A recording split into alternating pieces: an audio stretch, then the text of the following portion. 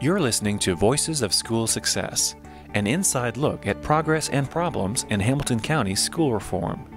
This program is produced by the Public Education Foundation, a Hamilton County school partner whose mission is to improve student achievement in our community's public schools. To be notified of future podcasts and other information on Hamilton County public school reform, sign up for the PEF email newsletter at www.pefchattanooga.org. It's field day at Snow Hill Elementary. In spite of that, half an hour before school starts, an eager group of teachers has gathered for their regular leadership book club discussion. Today they're discussing the last 3 chapters of What Great Teachers Do Differently by Todd Whitaker. Why is it unwise for teachers to have students trade and grade other students' schoolwork? What did it say in this chapter about that? About the trade and grade philosophy? Well, I've got it right here. It's that low grades, students with low grades are not going to be comfortable with other people seeing their grades. If they're really struggling, they're not going to want somebody to see it. Right. It's also not reliable. Yes, Totally it's not unreliable.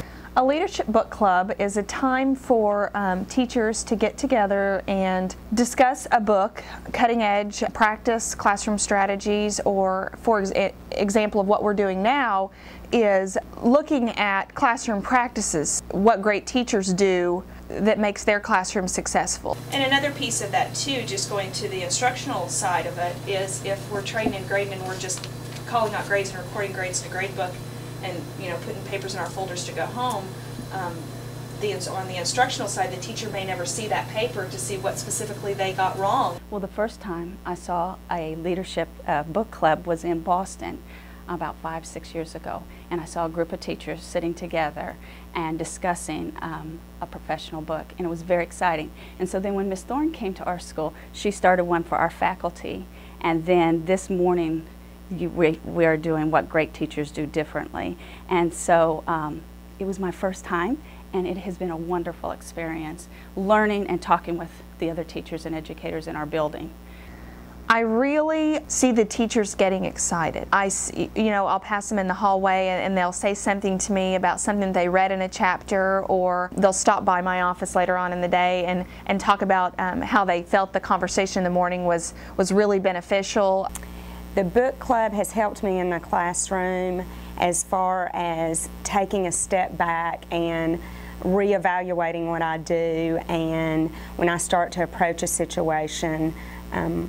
With the book that we're reading now, What Great Teachers Do Differently, it has made me think, yes, I want to be a great teacher, and what can I do differently to be that great teacher?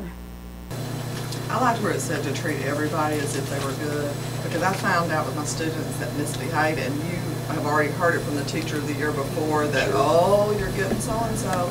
If you treat them as if you never knew that they had a reputation, you can get a lot out of them. We actually received an email from PEF talking about a grant opportunity for a book club. And I had been involved in those in the past, and I was really excited because if we hadn't had the opportunity to write the grant, we probably wouldn't have been able to do the book study, just because when you have a group this big that gets excited, the books are very expensive. We live this every day. It's not something you leave at the door and you walk home and you come back and pick it up the next morning. You don't do that. This classroom of children are as if they're almost your own children. Right. And they are. Yeah, and they continue to be, even when you hand them off to someone even as else. they go on up, and you're interested in what happens to these kids, and so it is a very personal situation. It has made me more reflective as a teacher when I come to the book club and hear what other teachers are doing, what the chapter that we've read, and it gives me new ideas. It makes me more reflective, and when I walk back into my classroom, I'm like, do I do this? Do I need to step up here? Do I need to become a better teacher in this area or that area? So it makes me very reflective as a teacher. Because again, those decisions and everything that we do is student-centered. That's what the end goal is to have the best student that we can produce here at school, and that's what you do. And we have to do it for what's best for the student, not what's best for the teacher. That's right. And we really get off track sometimes. That's right, we do.